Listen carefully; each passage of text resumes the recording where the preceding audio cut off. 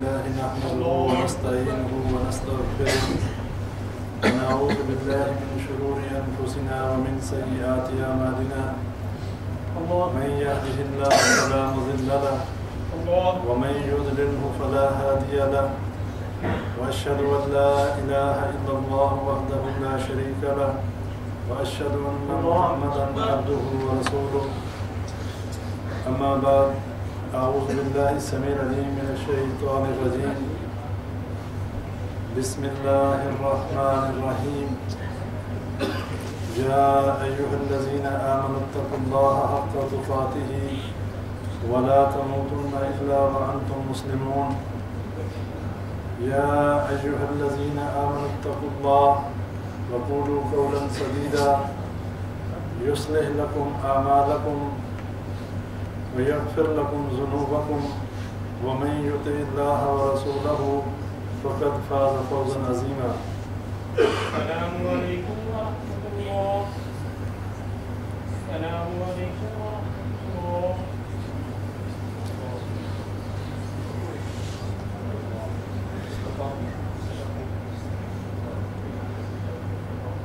جس دن آسمان پھٹ جائے گا، چاند بے نور ہو جائے گا، پہاڑ ریزہ ریزہ ہو جائیں گے، قبریں کھول دی جائیں گی، انسان اپنے پسینے میں شرابور ہوں گے اور لوگوں کی آنکھیں جو ہیں پتھرا جائیں گی، اور انبیاء کرام جو ہیں وہ نفسی نفسی کی جو ہے صدا بلند کریں گے، اپنی اپنی جان کی فکر ہوگی۔ اللہ تبارک و تعالیٰ اس دن انتہائی غصے اور غضب میں ہوگا۔ حدیث میں آتا ہے کہ نہ اس سے پہلے کبھی اتنے غصے میں رب العالمین ہوا ہوگا اور نہ اس کے بعد ہی کبھی اتنا غصہ جو ہے وہ اللہ تبارک و تعالیٰ کو آئے گا، اور لوگوں کے چہرے جو ہیں گھبراہٹ اور خوف کے مارے انتہائی خوف زدہ ہوں گے، اور یہ وہ دن ہے کہ جب کوئی کسی کے کام نہیں آئے گا۔ یہ حشر کا دن اور قیامت کا دن ہے کہ جس دن کوئی کسی کے کام نہیں آئے گا، اور نہ ہی کسی کو کسی کی سفارش کوئی فائدہ دے گی۔ اور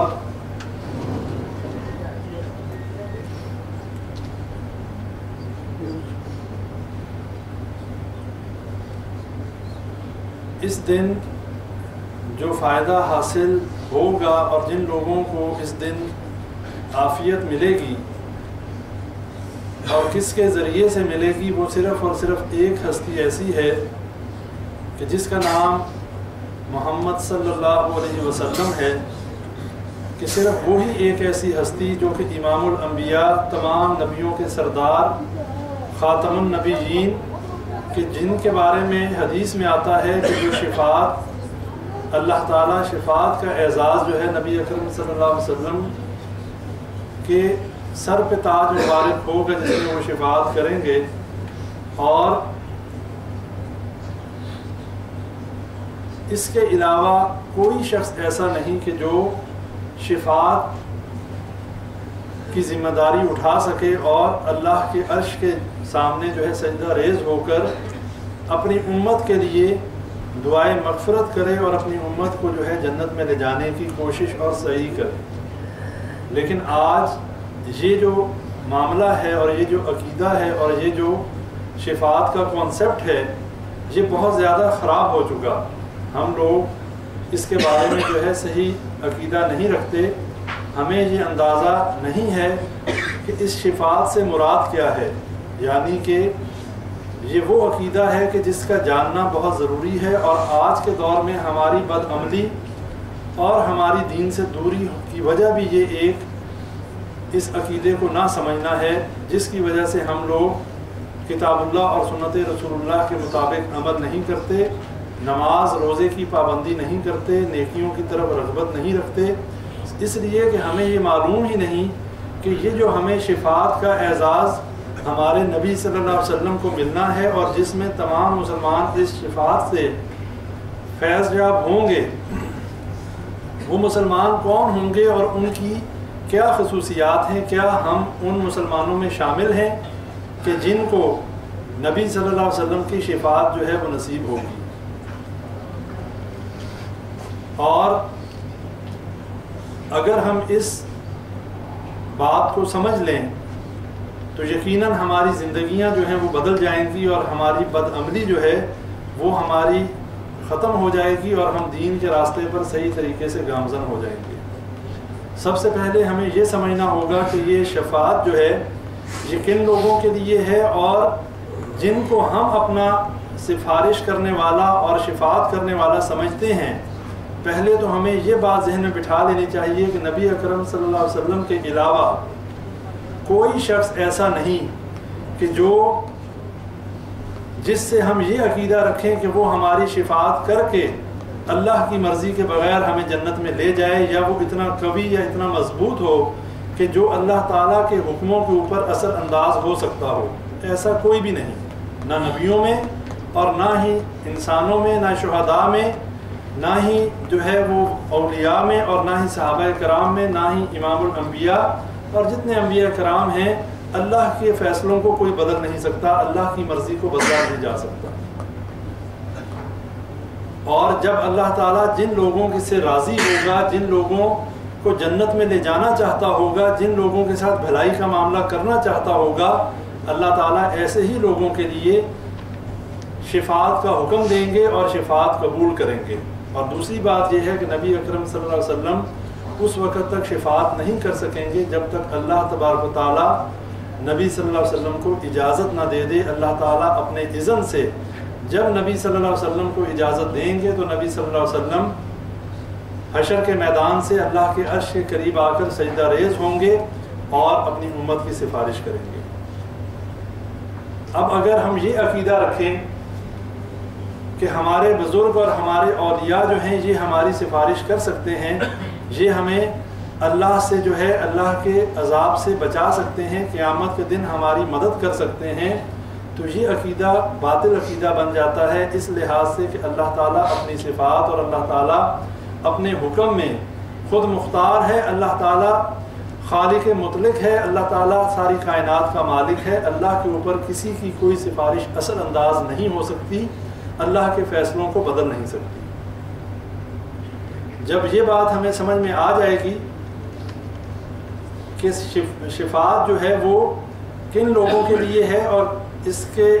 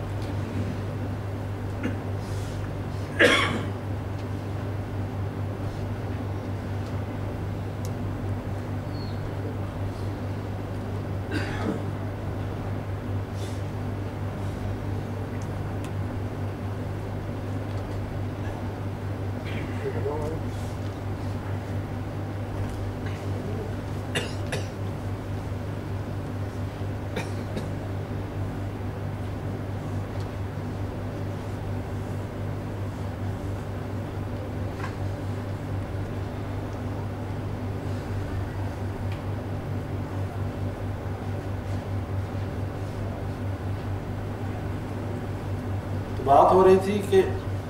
نبی صلی اللہ علیہ وسلم اللہ تعالیٰ کی اجازت سے جو ہے سجدہ ریز ہوں گے اور ہماری سفارش کریں گے. اب جو شخص یہ عقیدہ رکھے کہ نبی کے علاوہ جو ہمارے بزرگ ہیں، جو ہمارے ولی ہیں، جو اللہ کے نیک بندے ہیں، یہ ہمیں اللہ سے بچا سکتے ہیں یا ہماری سفارش کر سکتے ہیں، تو یہ بات ہم اس لیے نہیں کہہ سکتے کہ ہمیں نہیں پتہ کہ اللہ کے نزدیک ان اولیاء کا کیا مقام ہے. جن کو ہم اللہ کا ولی سمجھ رہے ہیں، کیا اللہ کے نزدیک بھی وہ اللہ کے ولی ہیں کہ نہیں، اس بات کو ہم نہیں جانتے. اور جب ہم یہ بات نہیں جانتے پھر ہم یہ بات نہیں کہہ سکتے کہ یہ ہماری مدد کر سکتے ہیں، یہ ہماری جو ہے سفارش کر سکتے ہیں. سفارش کے لیے اللہ تعالیٰ کے پاس اختیار ہے کہ اللہ تعالیٰ کس بزرگ، کس ولی، کس شہید کی سفارش کو قبول کرے اور کس کو اللہ تعالیٰ یہ اختیار دے قیامت کے دن نبی صلی اللہ علیہ وسلم کی سفارش کے کر لینے کے بعد اللہ تعالیٰ فرشتوں کو بھی یہ اختیار دے گا کہ وہ لوگوں کی سفارش کریں، شہداء کو بھی یہ اختیار دیا جائے گا، اللہ کے نیک بندوں کو بھی یہ اختیار دیا جائے گا، اور اس کے ساتھ ساتھ جو باقی انبیاء کرام ہیں وہ بھی سفارش کریں گے۔ اب ایک حدیث صحیح مسلم کی آپ بھائیوں کے سامنے رکھتا ہوں کہ جس میں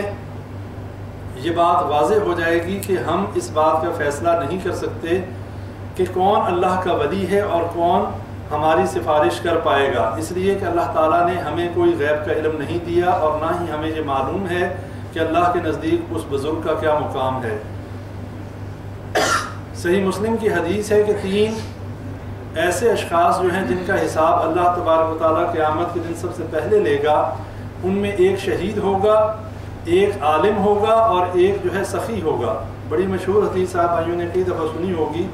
اب جو شہید ہوگا اللہ تعالیٰ اس سے پوچھے گا کہ تو نے میری نعمتوں کا شکر کیسے ادا کیا۔ اللہ تعالیٰ اپنی نعمتیں اس کے سامنے رکھے گا کہ میں نے تجھے یہ فلاں فلاں نعمت دنیا میں دی، تو نے ان نعمتوں کا شکر کیسے ادا کیا؟ تو اس کے جواب میں وہ کہے گا اے اللہ میں نے تیری راہ میں جہاد کیا اور اپنی جان کی پرواہ کیے بغیر میں نے جنگ کی اور میں نے اپنی جان جو ہے تیرے راستے میں قربان کر دی۔ اللہ کہے گا تو جھوٹا ہے، تو جھوٹ بولنے والا ہے، اس لیے کہ تو نے جان اس لیے قربان نہیں کی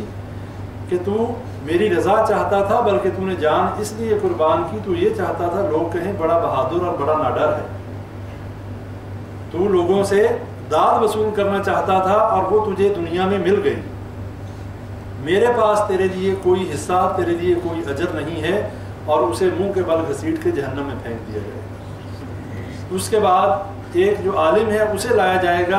اللہ پوچھے گا اپنی نعمتیں گنوانے کے بعد کہ تو نے میرے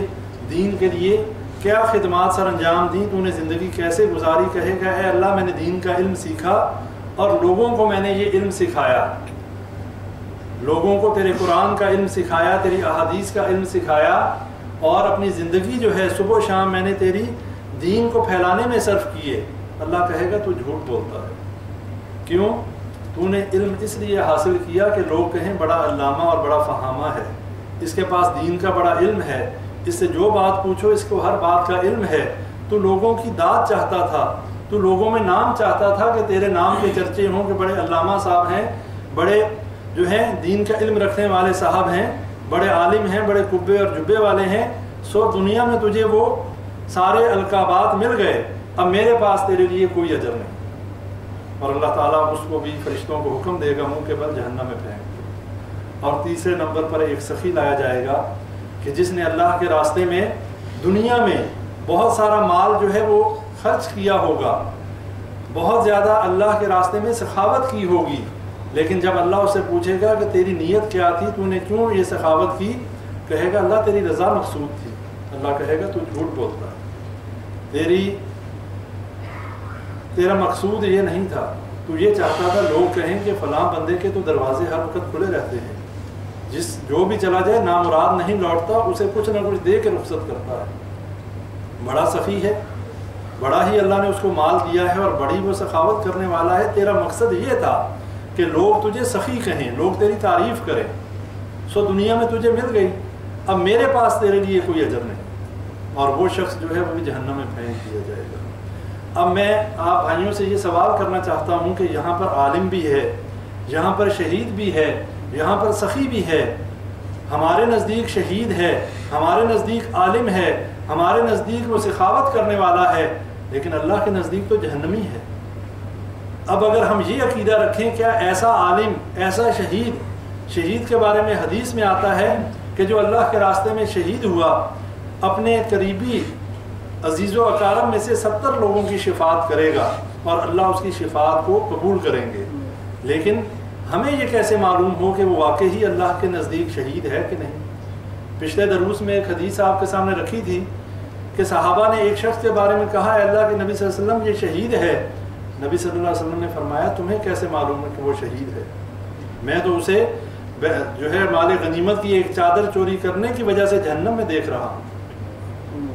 اس لیے ہمیں اپنے ذہنوں سے یہ بات نکال دینی چاہیے کہ جن کو ہم سفارشی سمجھتے ہیں، جن کو ہم سمجھتے ہیں کہ یہ قیامت کے دن ہمارے کام آئیں گے، اس بات کی کوئی گارنٹی نہیں، اور اگر ہمارا عمل کتاب اللہ اور سنت رسول کے مطابق نہ ہوا، اگر ہمارے عقیدوں میں شرک ہوا تو پھر نہ تو نبی صلی اللہ علیہ وسلم ہی ہماری شفاعت کر سکیں گے اور نہ کوئی بزرگ اور نہ کوئی ولی۔ اس لیے کہ شفاعت جو ہے وہ مواحدوں کے لیے ہے، اہل توحید کے لیے ہے، جو شرک کرنے والے نہیں ہیں ان کے لیے سفارش ہے۔ حدیث کے الفاظ ہیں، متفق علیہ حدیث ہے، صحیح بخاری صحیح مسلم کی، جو آگے تفصیل میں آپ کے سامنے رکھوں گا، لیکن اس میں نبی صلی اللہ علیہ وسلم فرماتے ہیں کہ اللہ تعالیٰ مجھے سفارش کا اذن دے گا، یعنی اجازت دے گا، اور میں سفارش کروں گا یہاں تک کہ جب تک مجھے ایک مقررہ حد تک اجازت دی جائے گی کہ سفارش کرو، قبول کی جائے گی۔ اور ایسا روایت کرنے والا کہتا ہے غالباً 3 یا 4 مرتبہ ہوگا۔ نبی صلی اللہ علیہ وسلم سجدے میں جائیں گے، اللہ کہے گا کہ اے محمد صلی اللہ علیہ وسلم مانگیے، سفارش کیجیے، آپ کی سفارش قبول کی جائے گی۔ لیکن رکا کہاں پر جائے گا؟ جب تمام ایسے لوگ کہ جو مواحد ہیں، جو اللہ کی توحید کو ماننے والے اور شرک نہ کرنے والے، ان کے بارے میں نبی صلی اللہ علیہ وسلم سفارش کر چکیں گے، تو پھر نبی صلی اللہ علیہ وسلم فرماتے ہیں میں خود ہی اللہ سے کہوں گا اے اللہ اب تو کوئی بھی جہنم میں مواحد باقی نہیں رہ گیا، یعنی کوئی بھی توحید پرست باقی نہیں رہ گیا، صرف وہی رہ گئے جن کو قرآن نے روک دیا۔ اور قرآن کو کنہوں نے روکا؟ قرآن کن کو روکتا ہے؟ مشرکوں اور یہودیوں اور عیسائیوں کو، کافروں کو، جنہوں نے شرک کیا اور جنہوں نے دین اسلام کو قبول نہ کیا، ان کے لیے جنت نہیں ہے، اللہ نے ان کے لیے جنت کو حرام کر دیا۔ وَمَن يُشْرِكْ بِاللَّهِ فَقَدْ حَرَّمَ اللَّهُ عَلَيْهِ الْجَنَّةَ وَمَأْوَاهُ النَّارُ، کہ جنہوں نے اللہ کے ساتھ شرک کیا، اللہ کہتا ہے میں نے ان کے لیے جنت کو حرام کر دیا اور ان کا ٹھکانہ جہنم ہے، اور جو کہ بہت برا ٹھکانہ ہے۔ اب اس میں کیا نقصانات پیدا ہوتے ہیں جب ہم کسی بزرگ اور کسی ولی یا کسی بڑے کسی چھوٹے کو یہ سمجھتے ہیں کہ یہ ہمارا سفارشی ہوگا،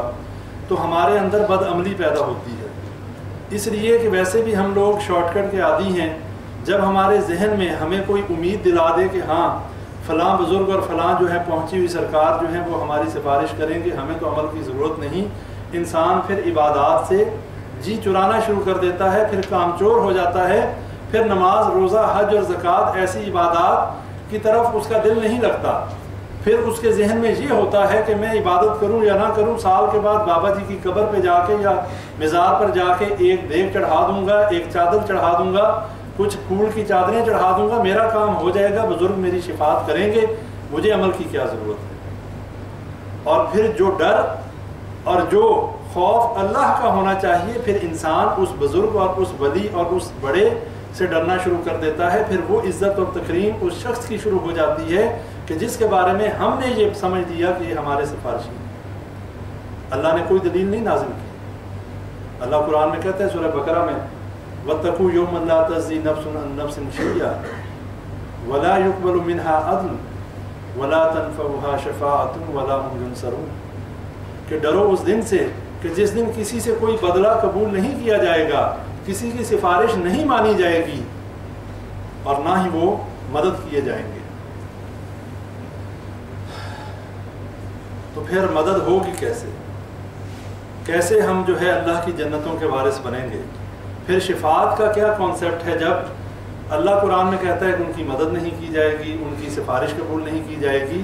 تو پھر نبی صلی اللہ علیہ وسلم کی شفاعت کن کے لیے ہے؟ طویل حدیث ہے صحیح بخاری صحیح مسلم کی کہ قیامت کا دن ہوگا، حشر کا میدان ہوگا، ہر طرف جو ہے افراتفری کا عالم ہوگا، لوگ بدحواس ہوں گے، گرمی کی انتہائی شدت ہوگی اور بے چینی اور بے قراری کا یہ عالم ہوگا کہ ہر طرف لوگ جو ہیں وہ یہ سوچ رہے ہوں گے کہ ہمیں یہاں پر کسی طریقے سے کوئی ہماری مشکل کو حل کرنے والا آ جائے، کوئی داد رسی کرنے والا آ جائے اور کسی سے ہم جو ہے اپنی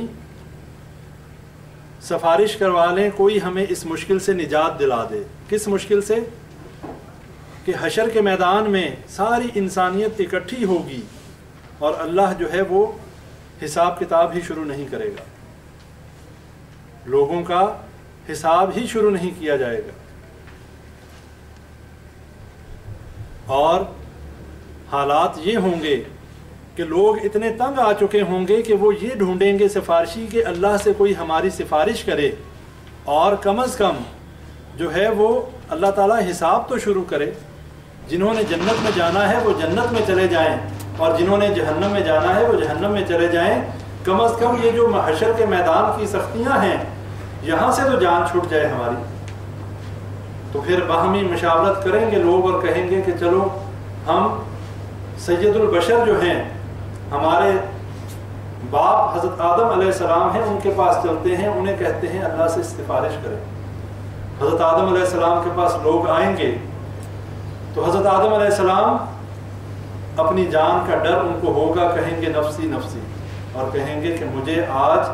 اللہ سے ڈر لگتا ہے کہ جتنا اللہ آج غصے میں ہے اس سے پہلے کبھی غصے میں نہیں تھا، اور میں نے اللہ نے مجھے منع کیا تھا اس درخت کے پاس جانے سے، اور میں اس درخت کے پاس چلا گیا، میں نے غلطی کی، اس لیے آج مجھے اپنی جان کا ڈر ہے، میرے پاس مت آؤ، تم نوح علیہ السلام کے پاس چلے جاؤ۔ وہ تمام لوگ حضرت نوح علیہ السلام کے پاس جائیں گے، اور نوح علیہ السلام بھی آگے سے معذرت کریں گے، کہیں گے کہ میں نے اپنی زندگی میں اپنی قوم کے لیے اللہ سے بد دعا کی، اللہ نے میری بد دعا قبول کی اور میری ساری قوم جو ہے ہلاک ہو گئی، آج مجھے اپنی جان کا ڈر ہے، آج کسی اور کے پاس چلے جاؤ، میں تمہاری مدد نہیں کر سکتا۔ یہ کون ہیں؟ یہ انبیاء کرام ہیں، یہ وہ نبی ہیں حضرت آدم علیہ السلام کے جن کو اللہ نے فرشتوں کو حکم دیا اور فرشتوں نے سجدہ کیا، اور شیطان سجدہ نہ کر کے ہمیشہ کے لیے مردود اور لعین قرار پایا۔ اللہ نے اپنے ہاتھ سے حضرت آدم علیہ السلام کو بنایا۔ حضرت نوح علیہ السلام کے بارے میں قرآن میں اللہ تعالیٰ نے بہت ساری تعریفاتی کلمات نازل کیے کہ نوح علیہ السلام بہت ہی اچھے آدمی تھے، بہت اچھے بندے تھے، بہت فرما بردار تھے، لیکن انہیں اپنا وہ بددعا کرنا یاد ہے، اور وہ کہتے ہیں کہ میں تمہاری مدد نہیں کر سکتا۔ ابراہیم علیہ السلام کے پاس چلے جاؤ۔ لوگ حضرت ابراہیم علیہ السلام کے پاس آئیں گے، حضرت ابراہیم علیہ السلام بھی معذرت کریں گے اور کہیں گے کہ میں نے اپنی زندگی میں 3 جھوٹ بولے تھے، اس وجہ سے مجھے ڈر ہے، آج مجھے اپنی جان کا ڈر ہے، تم کسی اور کے پاس چلے جاؤ۔ اور وہ 3 جھوٹ کیا تھے؟ نبی جھوٹ نہیں بولا کرتے، یہ بات اپنے ذہنوں میں رکھیں، لیکن بظاہر وہ جھوٹ نظر آتا ہے، لیکن توحید کو پھیلانے کے لیے اور کفار کو سمجھانے کے لیے جو حضرت ابراہیم علیہ السلام نے 3 جھوٹ بولے، ان میں ایک یہ تھا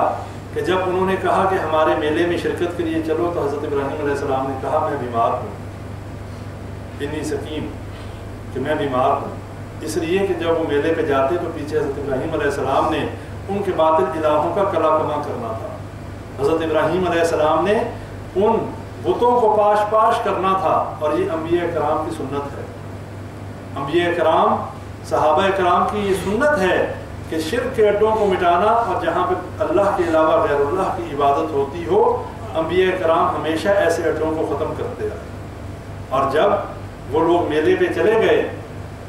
تو ابراہیم علیہ السلام نے سارے بتوں کو جو ہے بالکل ان کا بیڑا غرق کر کے، ان کے ٹکڑے کر کے، ایک بڑے بت کو چھوڑ دیا اور کلہاڑا جو ہے وہ اس کے کاندھے پہ رکھ دیا۔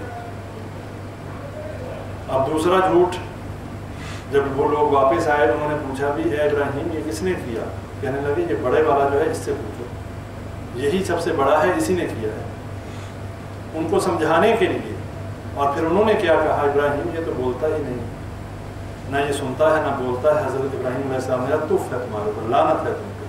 نہ بولتا ہے نہ کچھ کرتا ہے، اور تمہارا الہ ہے، تمہارا مشکل کشا ہے۔ اور تیسرا، جب فرعون کے پاس سے گزر ہوا، حضرت ابراہیم علیہ السلام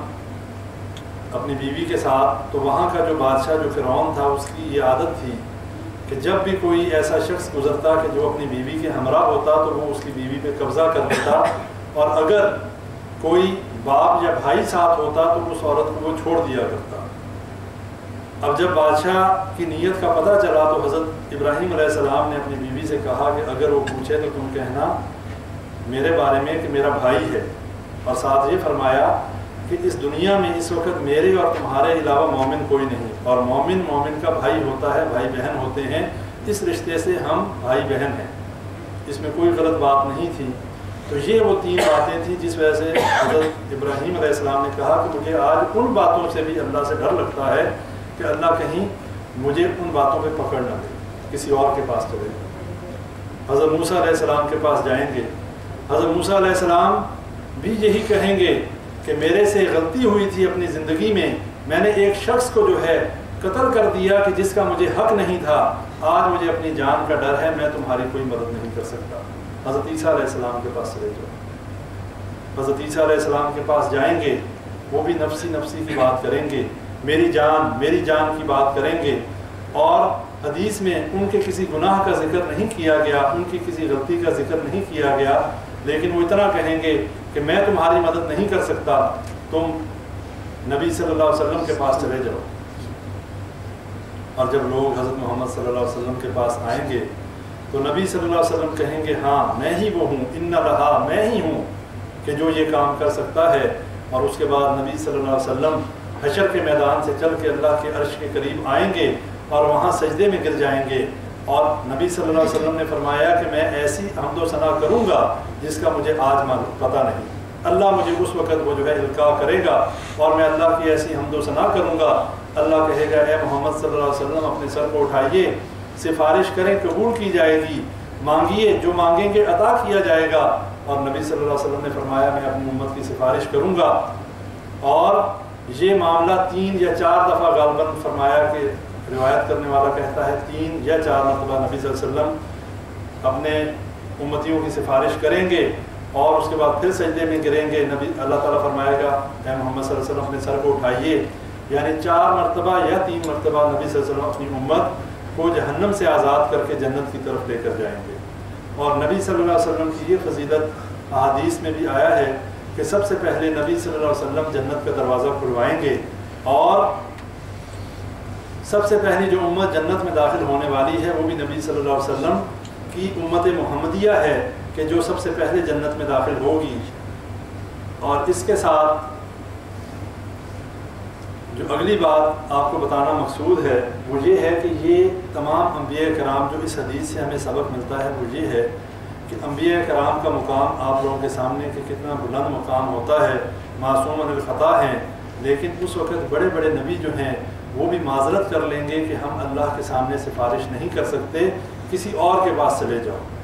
اگر آج ہمارا یہ عقیدہ ہو کہ اللہ کہ نبیوں کے علاوہ تو چھوڑ دیں، ہم بزرگوں کے بارے میں یہ عقیدہ رکھیں کہ وہ اللہ کے سامنے ہماری سفارش کر سکتے ہیں یا وہ کوئی عمل دخل رکھتے ہیں کہ ہمیں اللہ کے عذاب سے بچا لیں، تو یہ ناممکن ہے، ایسا نہیں ہو سکتا۔ اور یہ شفاعت اللہ کے اذن سے ہوگی، جب اللہ تعالیٰ اجازت دے گا اس وقت جو ہے سفارش کا معاملہ شروع ہوگا، اس وقت اللہ تعالیٰ سفارش کو قبول کرے گا۔ اور اسی حدیث میں نبی صلی اللہ علیہ وسلم نے فرمایا کہ میں اس وقت تک سفارش کروں گا کہ جب تک میں دیکھوں گا کہ ایک بھی مواحد جو ہے وہ جہنم میں ہے، یعنی کہ جب تک قرآن آڑے نہ آ جائے، جب تک قرآن کی آیات نہ بیچ میں آ جائیں کہ جن کے لیے جنت اللہ نے حرام کر دی، اور وہ لوگ ہیں جنہوں نے اللہ کے ساتھ شرک کیا، اور جن لوگوں نے اسلام کو قبول نہ کیا وہ لوگ اس شفاعت سے محروم رہیں گے۔ اور جو مسلمان ہمارے بھائی وہ یہ ذہن میں اپنے بات کلیئر کر لیں کہ ہر مسلمان کے لیے نبی صلی اللہ علیہ وسلم کی شفاعت ہے، لیکن ان کے لیے نہیں ہے کہ جو شرک کرتے ہیں اور شرک کرتے ہوئے ہی اس دنیا سے چلے گئے، وہ چاہے مسلمان ہیں چاہے کسی اور مذہب سے تعلق رکھتے ہیں، ان کے لیے شفاعت نہیں ہے۔ مسلمان کا ہونا بھی ضروری ہے اور مواحد کا ہونا بھی ضروری ہے۔ ہر ایک مواحد کے لیے نبی صلی اللہ علیہ وسلم شفاعت کریں گے، اس کے علاوہ دوسروں کے لیے سفارش قبول نہیں کی جائے گی اور نہ ہی نبی صلی اللہ علیہ وسلم سفارش کریں گے۔ اس کے بعد جو اگلی بات سامنے آتی ہے وہ یہ ہے کہ اللہ تعالیٰ کی صفات میں اگر ایک صفت اللہ تعالیٰ کی دیکھی جائے کہ جو علیم ہے، یعنی کہ اللہ تعالیٰ علم رکھنے والا ہے، ہر چیز کا اللہ تعالیٰ جاننے والا ہے، یہ وہ اللہ کی صفت ہے کہ جس کا اگر ہم تھوڑا سا اس کے بارے میں دیکھیں کہ اللہ تعالیٰ ہر چیز کو جاننے والا، ہم لوگ کیا کام کرتے ہیں، کب پیدا ہوئے کب مریں گے، ہمارے ہاتھ ہمارے پاؤں، ہم دن میں ہم نے کیا کام کیے، رات کو کیا کیے، ہماری آنکھیں ہمارے ہاتھ ہم نے کتنی دفعہ آنکھیں بند کی، کتنی دفعہ آنکھیں کھولی. یہ صرف انسان کا معاملہ ہے. اگر یہی ہم تمام مخلوقات کا معاملہ لے لیں تو اللہ تعالیٰ ان تمام باتوں کا جاننے والا ہے. کون کہاں مرے گا، کیسے عمل کرے گا. اب اسی طرح جنات، فرشتے، انسان اور اس کے علاوہ جتنے جاندار، وہ حیوان ہوں اور پھر جتنے بے جان، وہ درخت، پتھر، اگر کوئی پتا بھی جو ہے وہ درخت سے گرتا ہے تو اللہ کے علم میں وہ بات ہے کہ یہ پتا جو گرا ہے. ایسا نہیں کہ دنیا میں کوئی کام ہو جائے اور اللہ کے علم میں نہ ہو. یہ بتانے کا مقصد یہ ہے کہ یہ جو صفت ایک علیم جو اللہ کی صفت ہے، اسی طرح اللہ کی بہت ساری صفات ہیں، اللہ تعالیٰ کے بہت اچھے نام ہیں. اس ایک صفت کا کوئی مقابلہ کرنے والا نہیں. وہ چاہے نبی ہوں، وہ چاہے ولی ہوں، وہ چاہے صحابہ ہوں، وہ فرشتے ہوں، وہ نیک لوگ ہوں، کوئی بھی اس صفت کا جو ہے مقابلہ کرنے والا نہیں. تو اگر ہم کسی بزرگ کو یہ سمجھیں کہ وہ ہماری اللہ کے ہاں سفارش کریں گے تو بھائیو یہ اللہ کی اس صفت کے ساتھ شرک کرنے کے مترادف ہے کہ ہم نے نعوذ باللہ اس بزرگ کو جو ہے اس قابل سمجھ لیا کہ وہ کوئی عمل دخل رکھتا ہے اور وہ ہماری اللہ کے ہاں سفارش کر سکتا ہے. یہ اس صفت کا ایک قسم سے انکار کرنا اور اس صفت میں شرک کرنے کے مترادف ہے. دوسری بات یہ ہے کہ اگر دنیا کا اصول لے لیں، سفارش قبول اس شخص کی جاتی ہے کہ جو کوئی منصب اور مرتبہ رکھتا ہو. ہم یہاں دنیا کا اگر معاملہ لیتے ہیں اور سفارش کیوں قبول کی جاتی ہے؟ اس لیے کہ اس بادشاہ دنیا کا ہے، وہ اپنے وزیر کی سفارش یا اپنے مشیر کی سفارش اس لیے مانتا ہے کہ اسے پتہ ہے کہ یہ میرا مصاحب ہے، یہ میرا مدد کرنے والا ہے. اگر میں نے اس کو ناراض کیا تو ہو سکتا ہے میری حکومت میں اور میری بادشاہت میں کوئی فرق پڑ جائے. لیکن اللہ کا معاملہ تو یہ نہیں. اللہ تعالیٰ تو چاہے تو اللہ فرماتا ہے میں چاہوں تو عیسیٰ علیہ السلام، حضرت مریم علیہ السلام اور من فی الارض جمیعا، جو اس دنیا میں جو کچھ ہے سب کو ہلاک کر دوں، مجھے تو کوئی پوچھنے والا نہیں. تو اللہ تعالیٰ کسی کا سے مجبور نہیں ہے. اللہ تعالیٰ کو نعوذ باللہ یہ ڈر نہیں ہے کہ اگر میں نے فلاں کی سفارش نہ مانی تو میرا کوئی جو ہے تختہ الٹ دے گا. نعوذ باللہ نہیں. یہ دنیا کے معاملات ہیں، یہ دنیا کی مثالیں ہیں. یہ مثالیں ہم اللہ کے ساتھ جو ہے ان کو نہیں لگا سکتے. اللہ کسی کو معاف کرنا چاہے تو اللہ ساری دنیا کو معاف کر دے، اللہ سے کوئی پوچھنے والا نہیں. اور اللہ اگر ہلاک کرنا چاہے، حضرت عیسیٰ علیہ السلام، حضرت مریم علیہ السلام اور ساری دنیا، اللہ نے کہا ساری انسانیت جو کچھ ہے سب کو میں ہلاک کر دوں، میرے سے کوئی پوچھنے والا نہیں. اور اس آیت سے ہمیں یہ پتہ چلتا ہے کہ اللہ تبارک و تعالیٰ اتنا با اختیار ہے کہ اللہ تعالیٰ سے کوئی پوچھنے والا نہیں، اللہ سے کوئی سوال کرنے والا نہیں کہ اے اللہ تو نے یہ فلاں کام کیوں کیا. لیکن ہمارے جو بزرگ ہیں، ہمارے جو نیک لوگ جن کو ہم بزرگ سمجھتے ہیں، اس میں بزرگوں کی تذلیل یا توہین کرنا مقصد نہیں ہے. وہ بزرگ ہیں، ان کی بزرگی ان کو فائدہ دے گی اور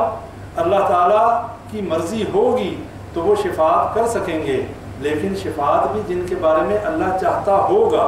ایسا نہیں ہے کہ آج کے خود ساختہ مولانا اور خود ساختہ پیر اور خود ساختہ لوگوں کو جھوٹے وعدے دلانے والے کہ ٹھیک ہے ہمارے لیے مال لاتے جاؤ، ہماری قبروں پہ اور ہمارے مزاروں پہ اور ہمارے آستانوں پہ آتے رہو، ہم تمہیں قیامت کے دن بچا لیں گے، عمل کرو یا نہ کرو کوئی ضرورت نہیں. ایسا نہیں ہے.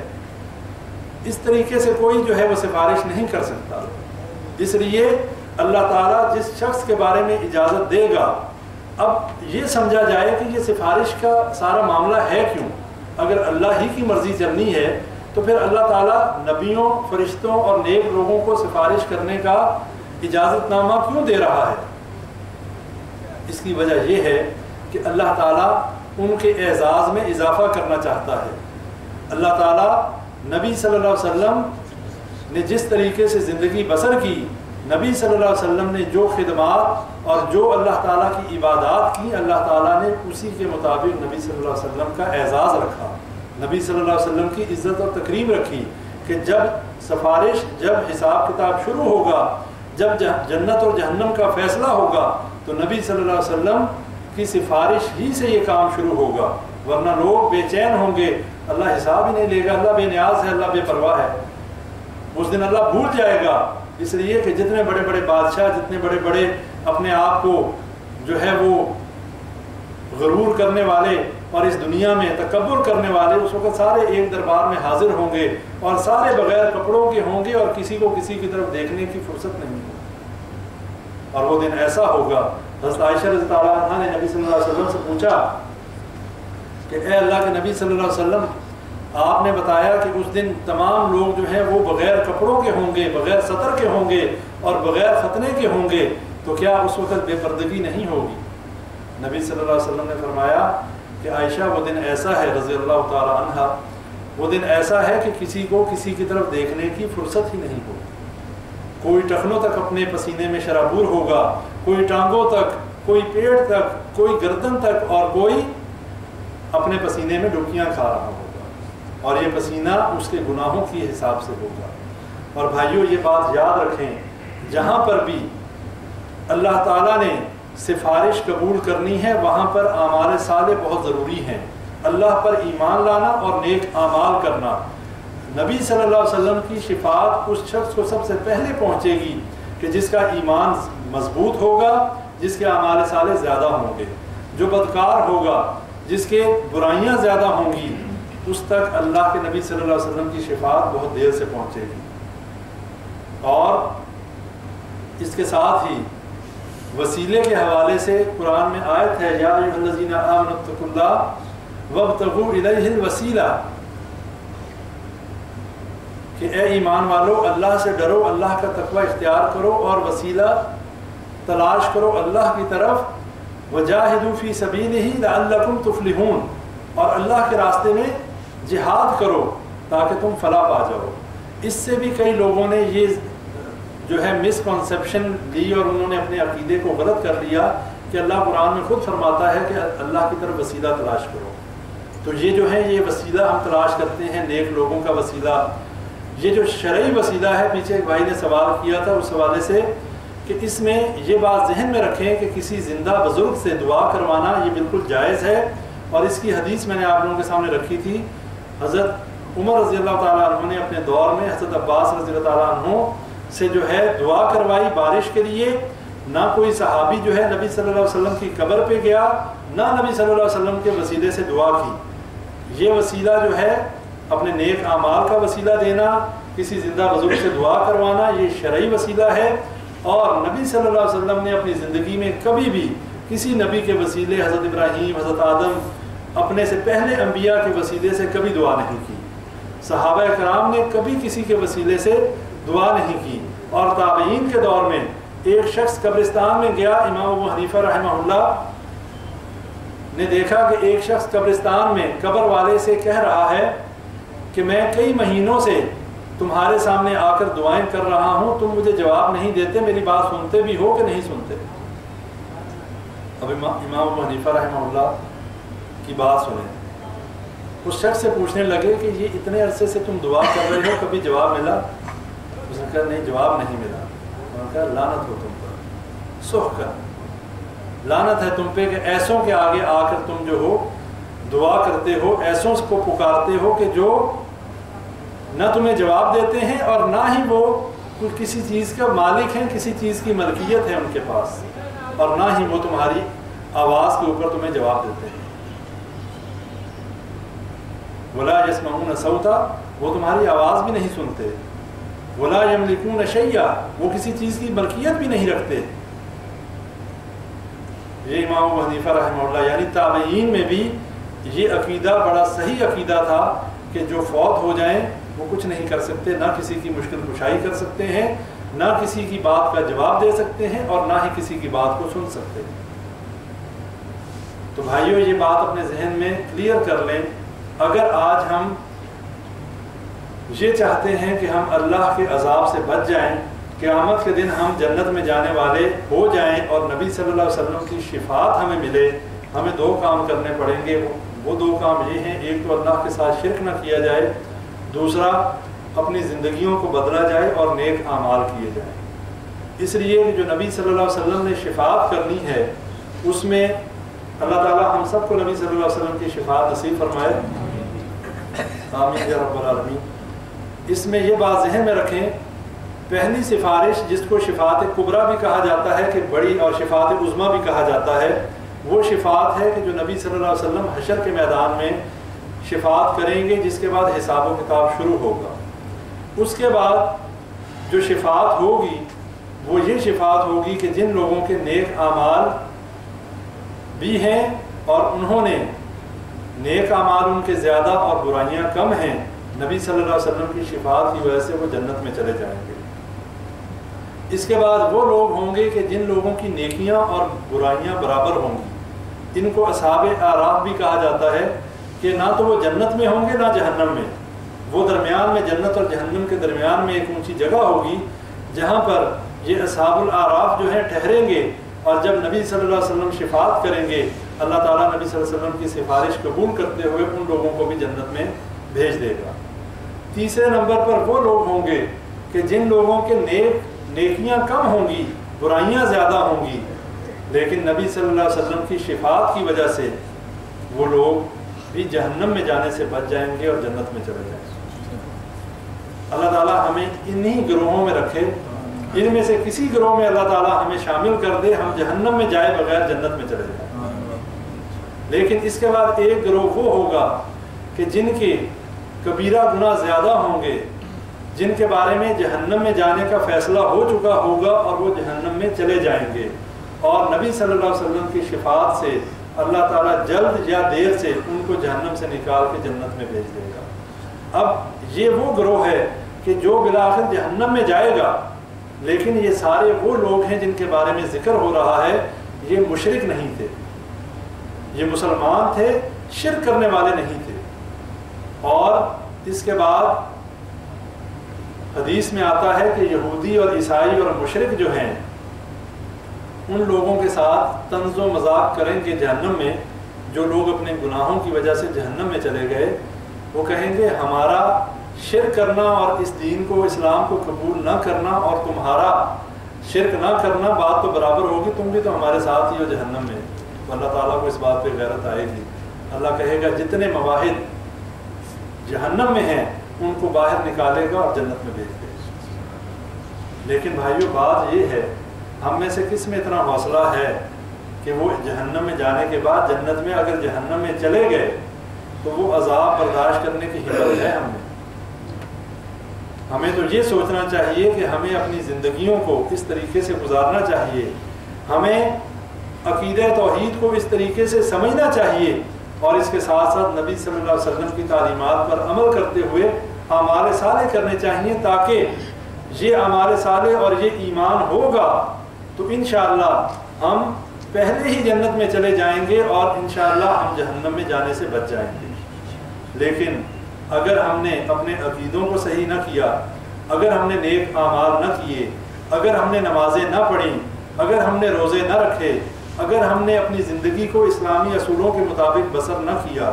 اور ہم یہی سمجھتے رہے کہ فلاں بزرگ بچا لے گا، فلاں کرنی والا بچا لے گا، علی حجویری بچا لیں گے، معین الدین چشتی بچا لیں گے رحمہ اللہ، اور عبد القادر جیلانی رحمہ اللہ بچا لیں گے، تو بھائیو یہ باتیں ساری اپنے ذہنوں سے نکال دیں۔ یہ جتنی شفاعت ہے یہ مشروط ہے، اور شفاعت جو ہونی ہے اللہ کے حکم سے اور اللہ کی اجازت سے ہونی ہے۔ اگر لاکھوں میں بھی پیر قادر عبد الجیلانی رحمہ اللہ کے مرید ہوں تو کوئی بھی اس بات کی گارنٹی نہیں دے سکتے، اور نہ ہی پیر عبد القادر جیلانی یہ کہہ سکتے ہیں کہ میں اللہ سے کہوں گا اتنے لاکھ میرے مرید ہیں، اللہ سب کو جنت میں لے جائے۔ ہو سکتا ہے اللہ ان کو 50، 100، 200، 300 کی اجازت دے، 1000 کی اجازت دے۔ یہ وہ باتیں ہیں کہ جن کی کوئی گارنٹی نہیں، میں سمجھانے کے لیے بتا رہا ہوں۔ تو اگر لاکھوں کا مجمع ہو، لاکھوں مرید ہوں، اس میں سے اگر 100، 50 یا 1000 کی اجازت مل گئی تو باقی کہاں جائیں گے؟ اس لیے ہمیں شارٹ کٹ نہیں ڈھونڈنا چاہیے، ہمیں اپنے آپ کو بد عمل بنا کے، خود قرآن اور حدیث پر عمل نہ کر کے، اور بالکل اس طریقے سے ہم سو جائیں کہ ہمیں ہمارے بزرگ بچا لیں گے، ہمیں ہم فلاں بچا لے گا، ہم تو نبی صلی اللہ علیہ وسلم کی امتی ہیں، ہمیں تو جہنم میں جانے کی ضرورت ہی نہیں ہے، ہمیں تو نبی صلی اللہ علیہ وسلم ہماری شفاعت کریں گے اور ہم جنت میں چلے جائیں گے۔ بھائیو یہ بات بالکل غلط ہے۔ اب اس کے بعد میں یہ کچھ چیزیں آپ کے سامنے یہ رکھنا چاہتا ہوں کہ وہ کون لوگ ہیں. یہ تو آپ کو بتا دیا کہ کتنی کیٹیگریز کے لوگ ہیں جو نبی صلی اللہ علیہ وسلم کی جن کو شفاعت نصیب ہوگی. نیک اعمال جو بھی کرے انشاءاللہ اللہ کے نزدیک اس کی اجر بھی ہے, اس کی اہمیت بھی ہے. لیکن کچھ اعمال ایسے ہیں کہ جو کرنے والا جو ہے اگر ان پہ ہمیشگی اختیار کرے تو وہ لوگ نبی صلی اللہ علیہ وسلم کی شفاعت کے زیادہ مستحق ہوں گے. اور نبی صلی اللہ علیہ وسلم نے فرمایا کہ یہ عمل کرنے والے لوگ جو ہیں ان تک میری شفاعت لازمی جو ہے ان کو ملے گی. اس میں یہ ہے کہ جیسے سورہ بقرہ کی تلاوت کرنے والے, یعنی سورہ بقرہ قرآن کی تلاوت تو ویسے ہی جو شخص کرے زیادہ اپنے روٹین میں رکھے اس کے لیے نبی صلی اللہ علیہ وسلم نے حدیث میں آتا ہے کہ اس کے لیے نبی صلی اللہ علیہ وسلم کی شفاعت لازم ہے. جو قرآن کے ساتھ دل لگانے والا ہو, قرآن کی تلاوت بہت زیادہ کرنے والا ہو. اس کے بعد سورہ بقرہ اور سورہ آل عمران کی تلاوت کرنے والے کے بارے میں بھی آتا ہے کہ یہ صورتیں اس شخص کے لیے اللہ سے سفارش کریں گی. اسی طرح سورہ ملک جو ہے اس کی تلاوت کرنے والے کے بارے میں آتا ہے کہ یہ بھی اللہ سے جھگڑا کرے گی اس شخص کے بارے میں اور اللہ کے ہاں سفارش کرے گی. جو سورہ ملک جو ہے بہت زیادہ پڑھنے والا ہوگا اللہ تعالیٰ جو ہیں یہ سفارش قبول کریں گے. پھر نفل نوافل زیادہ پڑھنے والا, جو زیادہ نفل اور نوافل پڑھنے والا, تہجد پڑھنے والا, اس کے لیے بھی جو ہے یہ عبادت سفارش کا باعث بنے گی. پھر جو اذان ہوتی ہے, اذان کے بعد نبی صلی اللہ علیہ وسلم پر درود پڑھنے والا اور دعا پڑھنے والا کہ جس میں مقام محمود کی ہم دعا کرتے ہیں اور ہم یہ دعا کرتے ہیں کہ اے اللہ نبی صلی اللہ علیہ وسلم کو مقام محمود عطا فرما. تو یہ دعا کرنا بھی جو ہے یہ باعث شفاعت ہے, حصول شفاعت ہے, نبی صلی اللہ علیہ وسلم کی شفاعت کا حاصل کرنے کا موجب ہے. لہٰذا جب بھی اذان ہو, اذان کے بعد نبی صلی اللہ علیہ وسلم پر درود پڑھیں اور اس کے بعد جو ہے وہ ان رب هذه الدعوۃ التامہ یہ دعا جو ہے یہ پڑھیں. یہ بھی حصول شفاعت کا جو ہے موجب ہے. اسی طرح مدینے میں رہنے والا اور مصائب پہ صبر کرنے والا, جو شخص مدینے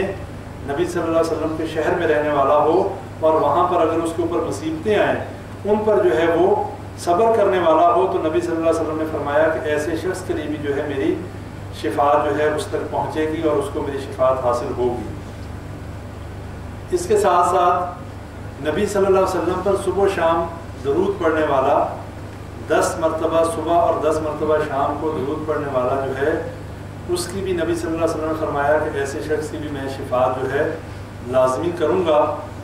لیکن یہ ذہن میں رکھیں کہ درود وہ جو کہ سنت سے ثابت ہے, یہ جو میڈ ان انڈیا پاکستان درود ہیں یہ نہیں.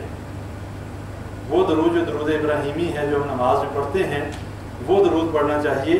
نہ کہ جو ہمارے خود ساختہ ہیں, کوئی درود لکھی ہے, کوئی درود تاجی ہے اور پتہ نہیں کون کون سے ہیں.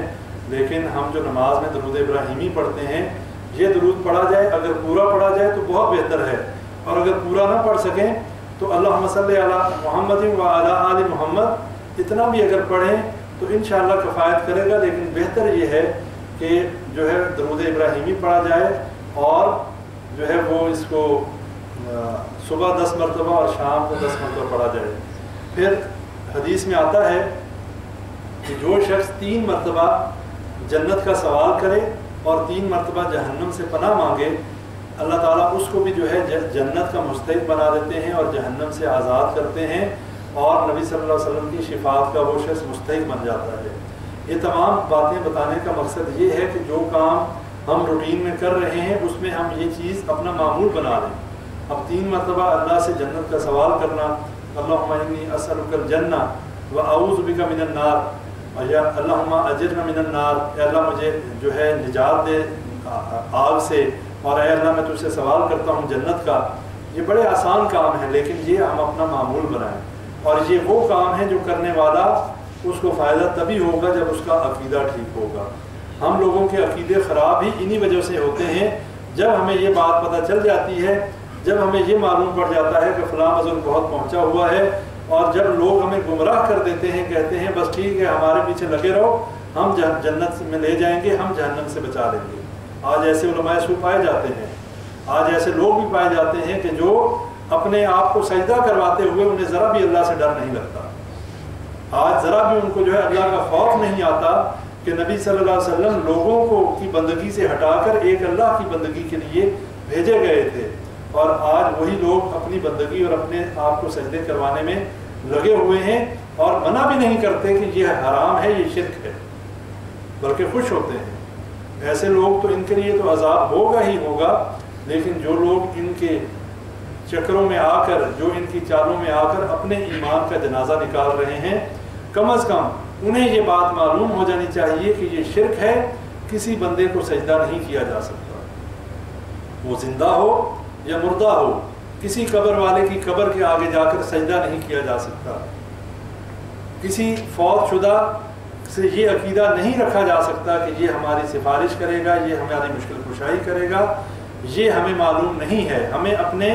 اعمال اور اپنے کردار کو صحیح کرنا ہوگا،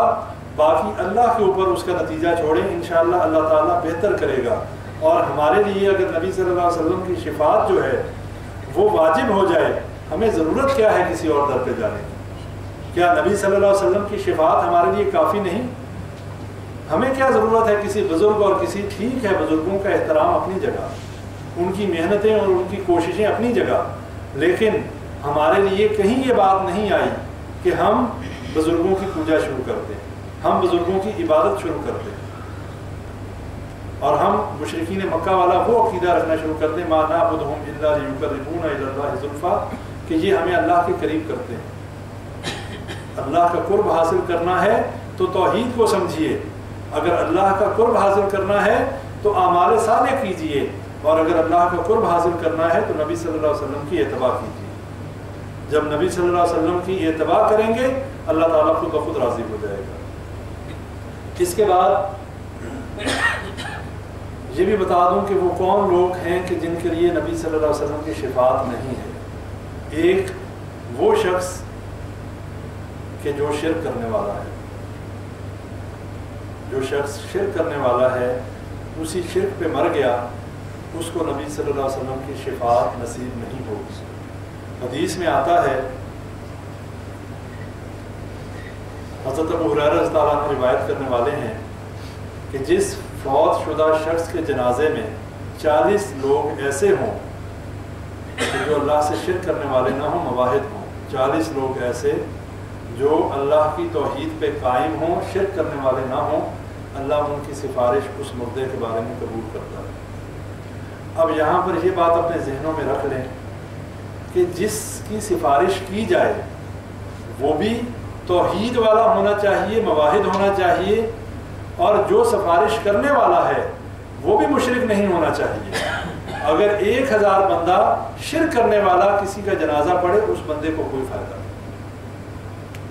اللہ سفارش قبول ہی نہیں کرتا، مشرک کا عمل ہی قبول نہیں ہوتا تو سفارش تو دور کی بات۔ لیکن اگر 40 لوگ اہل توحید جو ہیں کسی فوت شدہ کا جنازہ پڑھے،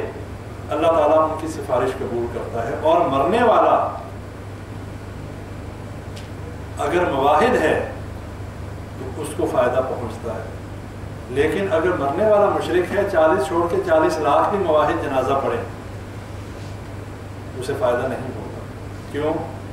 یہ تو عام لوگوں کی بات ہے۔ نبی صلی اللہ علیہ وسلم نے حدیث میں آتا ہے، عبداللہ بن ابی منافق جو تھا، اس کا جنازہ پڑھا، اپنا کرتا عطا کیا، کیا نبی صلی اللہ علیہ وسلم کا جنازہ پڑھنا اس کو فائدہ دیا؟ اس نے نہیں دیا۔ اللہ نے قرآن میں آیات، سورہ توبہ میں آیات نازل کر دی کہ آپ کے لیے اور مومنین کے لیے یہ جائز نہیں ہے کہ کسی مشرک کے لیے دعائے مغفرت کریں یا ان کی قبر پہ کھڑے ہوں، یعنی اس کی قبر پہ دعا کے لیے کھڑے ہونے سے بھی منع کر دیا۔ نبی کے لیے یہ احکام اور مومنین کے لیے۔ تو اگر مرنے والا شرکیہ عقیدے کا مالک ہے، شرک کرنے والا ہے، تو جنازہ پڑھنے والے سارے ہی موحد ہوں، اسے فائدہ نہیں پہنچے گا، اس لیے کہ مشرک کے لیے اللہ تعالیٰ نہ دعا قبول کرتا ہے اور نہ ہی کسی کی سفارش قبول کرتا ہے۔ اور یہی مثال حضرت نوح علیہ السلام کے واقعے سے لے لیں۔ قرآن میں بڑی تفصیل میں یہ واقعہ آیا ہے کہ جب نوح علیہ السلام نے اپنے بیٹے، جو کہ نوح علیہ السلام پر ایمان لانے والا نہیں تھا، جب طوفان آیا تو نوح علیہ السلام نے بیٹے سے کہا کہ اے بیٹے میری کشتی میں سوار ہو جا، آج یہ اللہ کا عذاب جو ہے بڑا شدید ہے، اور اس سے آج تجھے کوئی چیز نجات نہیں دے سکتی۔ بیٹا بھی بہت زیادہ مغرور تھا، اس نے کہا میں یہ جودی پہاڑ جو اس پہ چڑھ جاؤں گا، یہ پانی میرا کچھ نہیں کر سکے گا۔ ابھی یہ مکالمہ چل رہا ہے، اتنے میں ایک پانی کی لہر آئی اور وہ غرق ہو گیا۔ حضرت نوح علیہ السلام نے اللہ سے دعا کی کہ اللہ تیرا وعدہ حق ہے اور تو نے فرمایا تھا کہ تیرے اہل جو ہیں ان کو میں ہلاک نہیں کروں گا، یہ تو میرا بیٹا ہے، تو یہ ڈوب رہا ہے، اے اللہ اس کو جو ہے ڈوبنے سے بچا لے۔ اللہ تعالیٰ نے ڈانٹ دیا اور اللہ نے کہا کیا کہا کہ یہ تیرا اہل نہیں ہے، یہ تیرے اہل میں سے نہیں۔ کیوں؟ اس کے عمل جو ہے وہ غیر صالح ہیں، اس نے تیری دعوت پہ لبیک نہیں کہا۔ ویسے بیٹا ہے، خونی رشتہ ہے، لیکن نبی کی دعوت پر لبیک نہیں کہا، نبی کی بات کو قبول نہیں کیا، اپنی جو ہے اس نے اصلاح نہیں کی اور اپنے طریقوں کو نہیں بدلا۔ اللہ نے کہہ دیا یہ تیرا اہل ہی نہیں ہے، اور اگر میرے سے ایسا سوال کیا تو نبوت چھین کر جاہلوں میں کر دوں گا۔ کس کو کہہ رہا ہے اللہ؟ نبی کو، کہ اگر میرے سے ایسا سوال کیا تو نبوت چھین کر تیرا شمار جاہلوں میں کر دوں گا۔ اور نوح علیہ السلام نے اللہ سے فوراً توبہ کی کہ اللہ مجھے معاف کر دے کہ میں نے اس بات کا تجھ سے سوال کیا جس کا مجھے علم ہے۔ یہاں تو نبی جو ہیں وہ اللہ کے سامنے بے بس ہیں اور ہمارے عقیدوں کے جنازے نکلے ہوئے، اور ہم آج کے بزرگ اور آج کے پیروں کے پیچھے اپنے ایمان جو ہیں خراب کر کے بد عملی میں شامل ہو کر نہ نماز پڑھتے ہیں، نہ اللہ کے حکموں کے مطابق زندگی گزارتے ہیں، نہ اپنی اولاد کی اصلاح کرتے ہیں، نہ ہمیں یہ پتہ ہے کہ ہم نے مرنا ہے تو ہم سے سوال کیا ہونے ہیں۔ ہمیں بس یہ پتہ ہے کہ ہم تو فلاں بزرگ کی بیعت ہم نے کر لی ہے، فلاں بزرگ کے پیچھے چلنے والے ہیں۔ تو بھائیوں یہ باتیں اپنے ذہنوں میں بٹھا لیں کہ جو شفاعت ہے وہ نبی کریں گے، اور نبی صلی اللہ علیہ وسلم کی شفاعت کرنے کے بعد انبیاء کرام باقی جو ہیں وہ بھی اپنی اپنی امتوں کی سفارش کریں گے، فرشتے جو ہیں وہ بھی سفارش کریں گے، اور پھر اللہ تعالیٰ چونکہ بڑا غفور و رحیم ہے، جب تمام سفارشیں ہو چکی ہوں گی، صحیح مسلم کی حدیث ہے، اللہ فرماتا ہے کہ اس کے بعد اللہ تعالیٰ اپنے فضل اور کرم سے اللہ کہتا ہے میں جہنم میں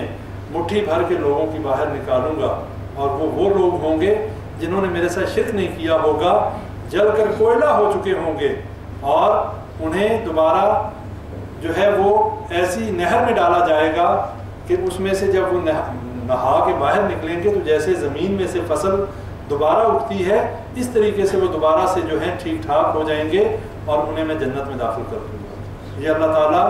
کا غفور و رحیم ہونا ہے۔ تمام شفاعت کا ہو جانے کے بعد اللہ تعالیٰ کا اپنے جو ہے فضل و کرم سے،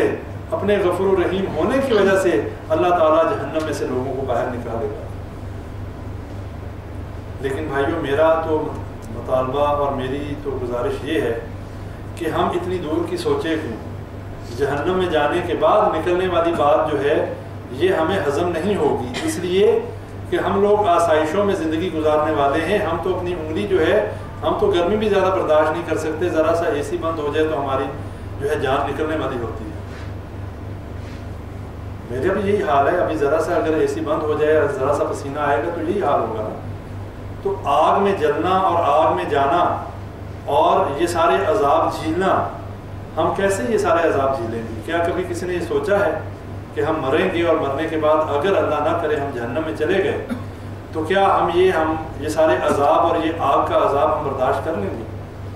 اس لیے ہمیں یہ سوچنا چاہیے